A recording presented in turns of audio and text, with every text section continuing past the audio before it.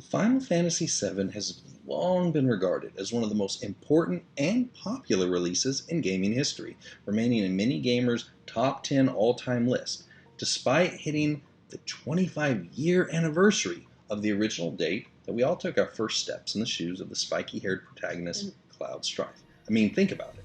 A lot of games have come out in the last 25 years. Like Bubsy 3D. No, it's a terrible game. Never mind. It's a bad example. But somehow, this singular RPG found a way to not only remain iconic and memorable, but gain an entirely new fan base through the Final Fantasy VII Remake project that they released the first version of it, and the remaining series parts of it, they're still on their way. After the cliffhanger of an ending that we received at the end of the first chapter of the Final Fantasy VII Remake, we were all left wondering, what could possibly be coming next for these heroes and the story that we thought we knew so well. Yeah, they definitely took a few different twists and turns on the classic story, but it turns out that Square Enix had an even larger surprise in store for all of us, as the next chapter in the Final Fantasy VII Remake saga will not be a sequel, but a prequel.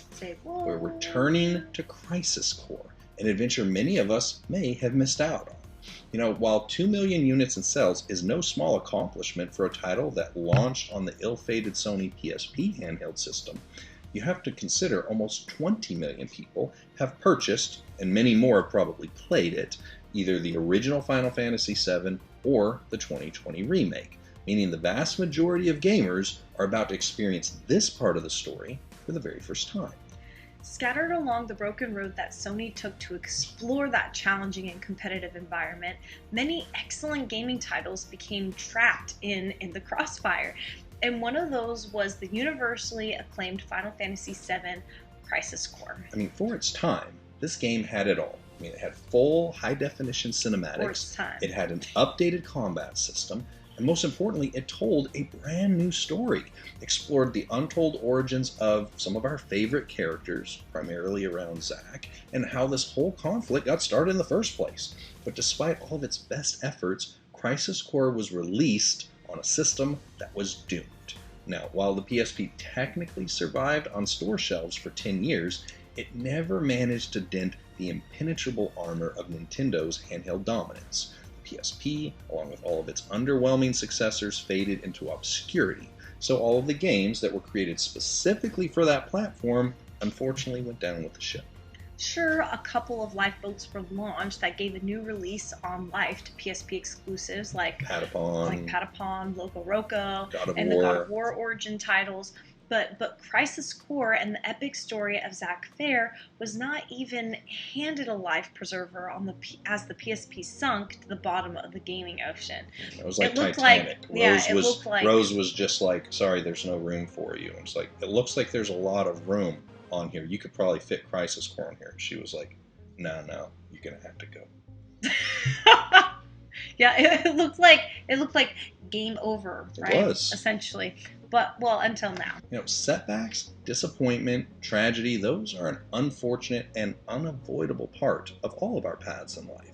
Dreams turn to nightmares without warning, even for those who have placed our trust fully in the Lord. And in those moments, it's easy for us to believe that our Father has turned his back on us. In this painfully hopeless place, we may even choose to define ourselves by our losses and embrace that darkness that has now become more familiar than the happiness that we once enjoyed. But there is a way out of the nightmare. By lifting our eyes beyond our own crushing pain and allowing Christ and his love to flow through us as a vessel to show grace to others, we can help others reach their dreams. It was in the unselfish pursuit of Ruth's happiness that Naomi found her path from bitterness to blessing. And it was in the unselfish use of his gifts that Joseph's dream interpretations took him from the prison to the palace. Yeah, the triumphant remastering of Crisis Core will finally allow the incredible story of Zack Fair to be discovered by an entirely new generation of fans, bigger and better than ever before. Now, sure, for a long time, it was a discarded relic from a long-forgotten system that is no longer in production. And in our pain, it is easy for us to feel forgotten and discarded and abandoned as well. Crisis Core was an amazing game for its time. It didn't do anything wrong to deserve that fate. It was not a bad game. It deserved to survive. Wrong platform. It didn't make it. It was released on a platform that was not destined for survival. And similarly, the tragedies that we endure, the nightmares that follow, they're not necessarily our fault. This earthly platform that we're currently running on is simply a flawed operating system that has been corrupted by the effect of sinful choices by generation after generation of selfish beings. Our once pleasant dreams may have been replaced with nightmares beyond our ability to escape, making our waking hours more painful than we believe we can bear. But the way out of this prison may not be in seeking a way back to our dreams, but by allowing the Lord to use us to fulfill the dreams of others. Just like Joseph's unselfish interpretation of others' dreams eventually led to his escape from prison and the fulfillment of his long gestating dreams, Naomi found her fulfillment in life when she assisted Ruth with achieving her happy ending. It can be very hard to wipe the tears from someone else's eyes when we can't even see past the tears in our own. But it is through our unselfish pursuit of using the gifts the Lord has given us to help others that many times the answers to our prayers and the fulfillment of our dreams can be found. Our tragedies don't magically become pleasant simply through our service and devotion to Christ, and some of the things we have lost don't find their way back to us, unfortunately, at least not on this side of eternity.